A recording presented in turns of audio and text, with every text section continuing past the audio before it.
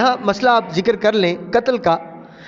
اللہ کا حکم ہے، قرآن پاک میں ارشاد ہے ان اللہ لا یغفر ان یشرک بہ ویغفر ما دون ذلک لمن یشاء، کہ صرف شرک کا جو گناہ ہے وہ اللہ معاف نہیں کرتا ہے، اس کے علاوہ جو بھی گناہ ہے اللہ اس کو معاف کر دیتا ہے. قرآن ہے. اب قرآن کی اگلی آیت ہے، اللہ کا ہی فرمان ہے کہ جس نے کسی ایک انسان کو جان بوجھ کر، شرط لگائی ہے، جان بوجھ کر قتل کر ڈالا، فجزاؤہ جہنم خالدا فیہا، اس کی جو جزا اسے ملے گی، بدلہ جو اس کو دیا جائے گا وہ جہنم دیا جائے گا، خالد فیہا، اس میں ہمیشہ ہمیشہ رہے گا اس میں. یہ بھی اللہ کا فرمان ہے. اب ایسا تو ممکن نہیں ہے کہ دو آیتیں مد مقابل آ گئیں، ایک کا مطلب کچھ اور ہے. بھی ایک آیت میں اللہ فرماتا ہے کہ صرف شرک کو معاف نہیں کرے گا، باقی سب کو معاف کر دے گا، اور دوسری جگہ اللہ شاہ فرماتا ہے کہ جس نے جان بوجھ کے قتل کیا کسی انسان کو، اس کا ٹھکانہ جہنم ہے، اس میں ہمیشہ رہے گا، کبھی چھٹکارا نہیں پائے گا. تو ان آیات کی روشنی میں یہاں تھوڑے سے مسائل قتل کے. پھر ہم نے رمضان شریف میں جو درس حدیث ہوا تھا اس میں ہم نے یہ بھی ذکر کیا تھا کہ جو شخص کسی کو قتل کر دے اس کی توبہ تو ممکن ہی نہیں ہے. یہ بھی ہم نے ذکر کیا تھا اسی حدیث کے تناظر میں. اب مطلب کیا ہے ان تین باتوں کا؟ ایک جگہ شرک کے علاوہ سارے گناہ معاف ہو جاتے ہیں، ایک جگہ اللہ قتل کرنے والے کی سزا ہمیشہ کے لیے جہنم ہے، اور تیسرا ہم نے کہا تھا کہ قتل کرنے والے کی توبہ قبول ہو ہی نہیں سکتی. ان میں تطبیق کیسے کریں، کیسے سمجھ آئے گی؟ شارحین نے بڑا اچھا اس کی وضاحت لکھی ہے کہ بھئی شرک کے علاوہ سارے گناہ معاف ہو جاتے ہیں، یہ بات تو طے ہے. اب آگے قتل کی بات. قتل کی پھر اقسام لکھی ہیں فقہا نے: قتل عمد، قتل شبہ العمد، قتل خطا. قتل اقسام فقہا نے لکھی.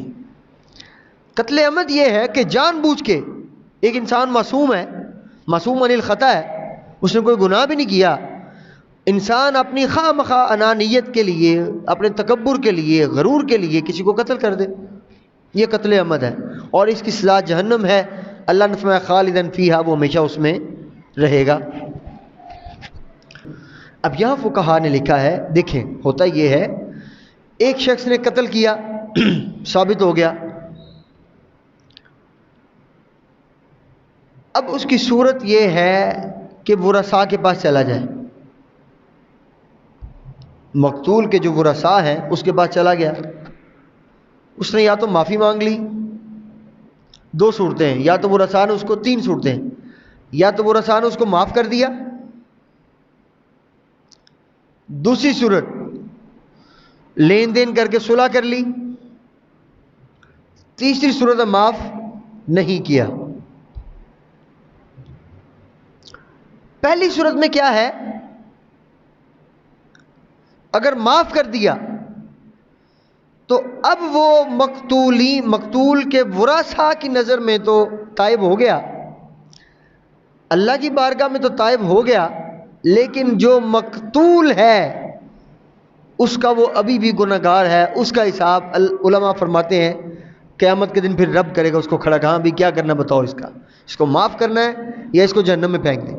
یعنی دنیا کی حد تک، دنیا میں رہتے ہوئے ہم یہ کہہ سکتے ہیں لو جی ورثاء نے معاف کر دیا، لیکن ہم نے وہ پہلے بھی عرض کیا تھا آپ کو، ورثاء اگر معاف کر بھی دیں تو جن بچوں کا باپ سر سے اٹھ گیا ہے، کیا ورثاء کی معافی یا پیسہ یا جائیداد وہ بچوں کو باپ کا پیار دے دے گی؟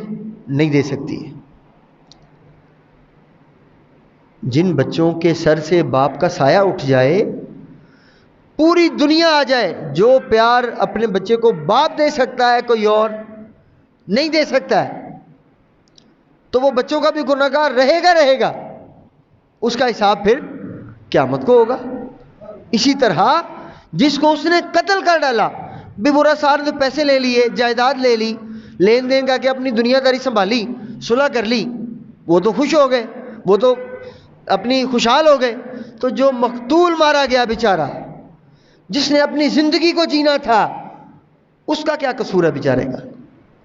تو اس کا حساب پھر علماء فرماتے ہیں وہ قیامت کو ہوگا۔ یہ قتل عمد کی بات ہے۔ اگر قتل خطا ہو جائے، غلطی سے، نیت نہیں تھی، تو پھر اس میں دیت ہے